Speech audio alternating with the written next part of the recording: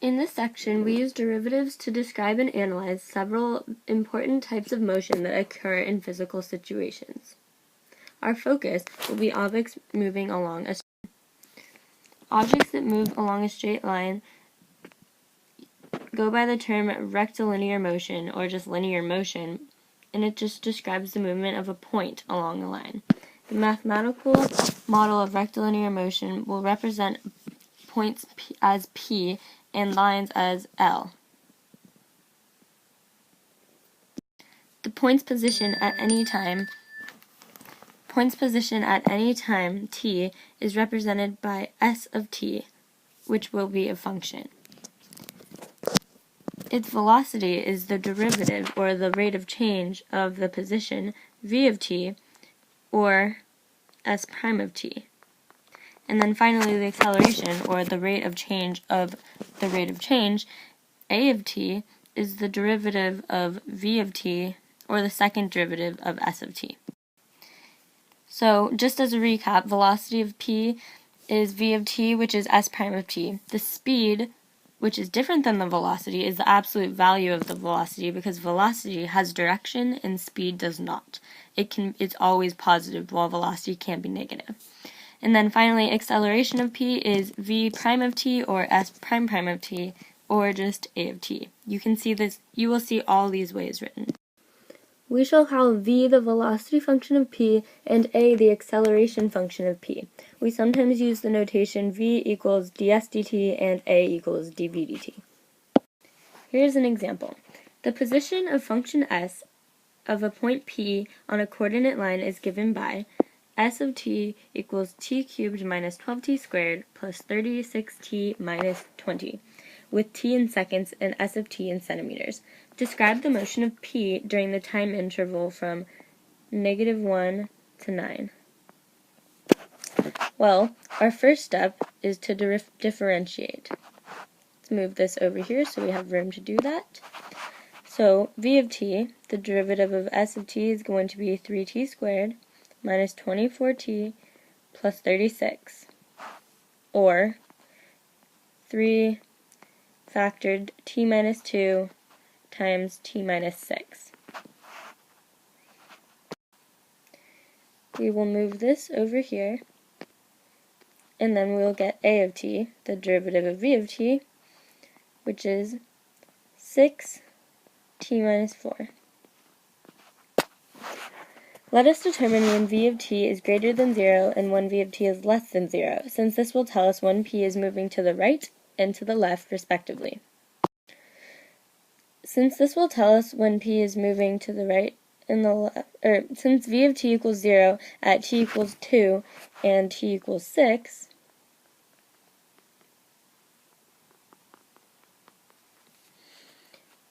we examine the following time subintervals of -1 to 9. We examine -1 to 2, 2 to 6, and 6 to 9. We use test values that are in between these numbers to determine whether it is moving to the left or the right. For example, we test value, let's say, 0 on this first one. When we plug in 0, we find that we get 36, which is a positive number. Here we plug in 3, we'll get -9, a negative number. Here, 7, we get 15, which is a positive. So therefore, it is moving to the right, to the left, and to the right. Positive to the right, negative to the left, and positive to the right. Here's another example.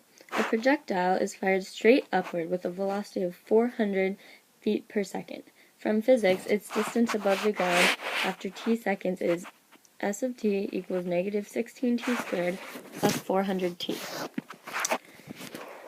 Find the time and velocity at which the projectile hits the ground, the maximum altitude achieved by the projectile, and the acceleration at any time t. So first, let's find the time and velocity at which the projectile hits the ground. The projectile is on the ground when negative 16t plus 400t equals 0, or when negative 16t minus 25 equals 0. We then know that it is on the ground when t equals 0 and when t equals 25. This would be the launch, so this must be when it hits the ground at 25 seconds. Then the velocity at that time, v of t, equals s prime of t, and we obtain the impact velocity when we plug this in, and find that it is negative 400 feet per second.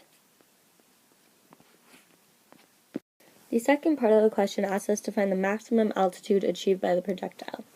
This occurs when the velocity is 0, or when s prime of t, which is negative 32t plus 400, when that equals 0.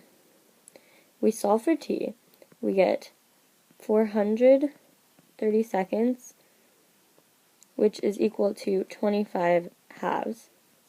Therefore, the maximum altitude is s of 25 halves seconds, which is negative 16 times 25 halves squared plus 400 times 25 halves, or 2,500 feet. The final part of the question asks us to find the acceleration at any time t.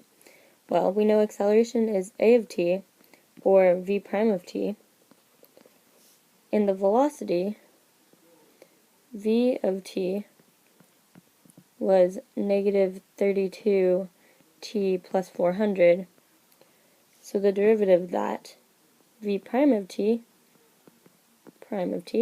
is just negative 32 feet per second squared, and that is the acceleration at any time t.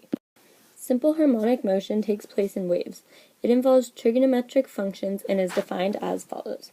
A point P moves in simple harmonic motion if distance s of t is given by either k sine the wavelength times t plus b or k cosine the wavelength times t plus b,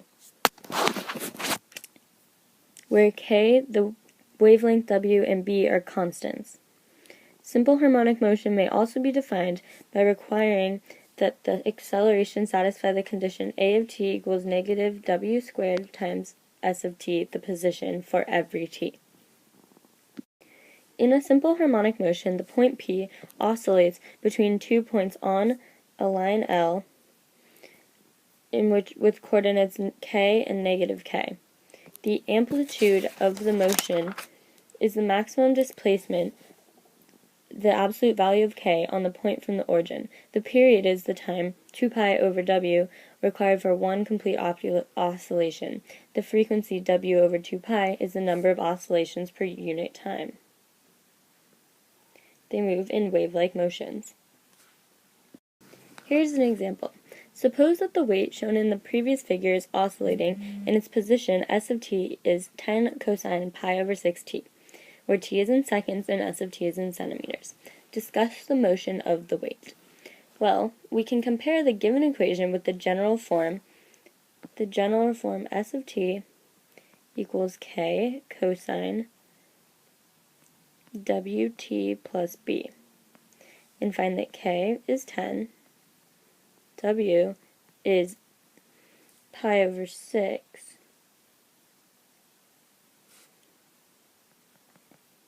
and b is 0. Well, we can also find that the period is 2 pi over w, and knowing that w is pi over 6, it is 2 pi over 6, or 12 seconds. And then the frequency is w over 2 pi, or 1/12 of an oscillation per second. A final type of linear motion, free fall, states what an object, the acceleration of an object is equal to the sum of the forces acting on it. Using this as a model for a free fall of an object toward the surface of a planet, we ignore all forces except the gravitational attraction of the planet G, which we take to be a constant. With With this model, Newton's second law becomes the mass times acceleration equals the mass times the gravitational constant. Well, the m's cancel, and we find that the acceleration due to gravity is the gravitational constant. Therefore, the velocity must be in the form v of t equals gt plus c, because when you get the derivative, acceleration must just be g.